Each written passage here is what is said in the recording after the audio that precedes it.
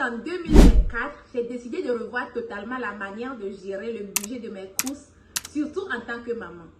Ici aux États-Unis, c'est tellement facile de se laisser emporter par les dépenses. Et quand tu as une famille, ça peut vite devenir un vrai défi pour toi. Mais l'année passée, j'ai réussi à réduire mes dépenses alimentaires de 3 fois par rapport à 2023. Et cela, bien sûr, sans sacrifier la qualité pour ma famille. Ok? Alors, si tu veux savoir comment j'ai fait pour économiser tout en nourrissant ma tribu de 5 personnes, reste bien connecté parce que dans cette vidéo, je vais te donner toutes les astuces que j'ai utilisées pour que toi aussi tu puisses mieux gérer ton budget de courses et économiser en cette nouvelle année. Ok? Alors, bonne année les amis et bienvenue sur ma chaîne. Mon nom c'est Victoire et ici nous parlons de comment éviter toutes ces erreurs que nous faisons au quotidien pour accélérer ta réussite en tant qu'immigrant ici aux États-Unis. Alors, si c'est ta première fois, n'hésite pas de t'abonner et d'activer la cloche de notification pour ne manquer aucune de mes vidéos.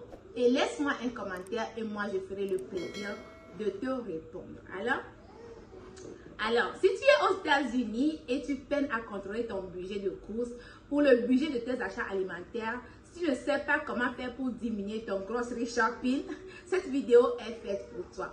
Après avoir remarqué que le montant que je dépensais pour la nourriture chaque mois était vraiment exorbitant pour une famille de 5 et affectait beaucoup l'économie de la famille, j'ai décidé de chercher à contrôler ces dépenses-là et je peux te dire que ça a éliminé certains stress financiers que j'avais auparavant. Ok?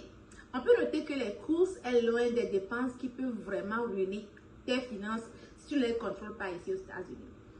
Tu peux peut-être prendre juste un moment pour regarder ton compte bancaire et je t'assure que tu seras choqué de combien tu utilises ou bien tu dépenses juste pour la maison ou pour la nourriture chaque mois. Ok? Alors, j'avais appris dans mes recherches qu'on peut se nourrir à 75 $ par personne par mois.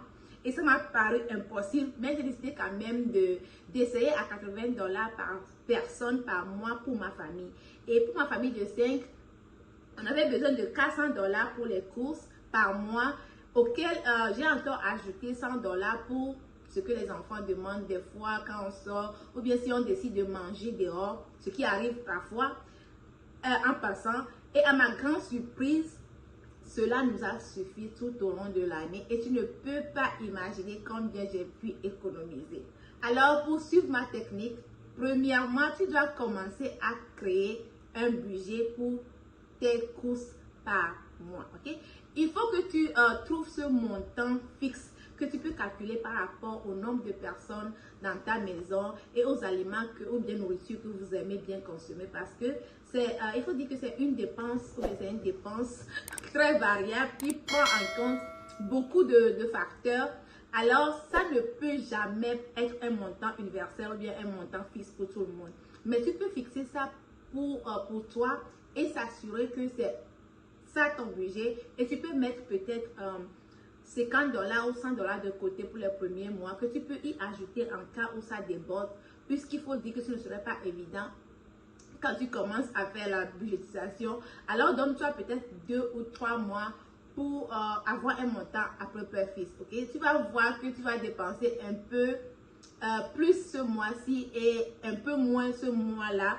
Et là, par là, tu peux ajuster pour avoir ou bien pour arriver au budget fixe pour toi. Ok? La deuxième chose à faire, ou bien que tu dois faire, c'est enlever ou bien avoir ce cash-là pour les courses. Ok? Même si tu te dis que tu n'aimes pas utiliser cash, puisque nous sommes habitués à utiliser la carte bancaire ici aux États-Unis, tu dois retirer ce montant-là que tu as fixé pour le budget alimentaire en cash, s'il te plaît. Au moins pour les premiers mois, je t'assure que tu vas commencer par aimer l'argent. Même si tu fais Walmart Pick-up ou Instacart pour tes achats, tu peux toujours faire le dépôt, mais ce sera bien sûr juste pour combien tu vas déposer à cette personne-là. Ça va te permettre de contrôler où est-ce que ton argent va à chaque fois que tu l'utilises. Parce qu'avec la carte bancaire, c'est très facile d'aller overboard, believe me. Surtout avec les allers-retours qu'on peut faire par semaine pour les petits trucs qu'on manque, des fois pour faire un repas et essaie juste d'utiliser le cash si possible, s'il te plaît. Ok? Ce que tu dois faire, tu vas utiliser la moitié ou bien les 3/4 de ce cash-là au début du mois pour faire les courses en gros, ou tu peux acheter les choses en bulk.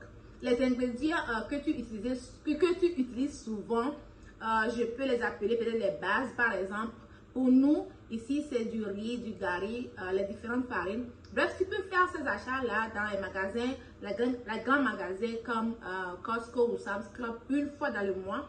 Moi, particulièrement, je le fais souvent le début du mois. Et tu peux diviser le reste de l'argent par les 4 semaines du mois restant pour les choses qui vont manquer au cours des semaines jusqu'à ce qu'on arrive à la fin du mois. Ok?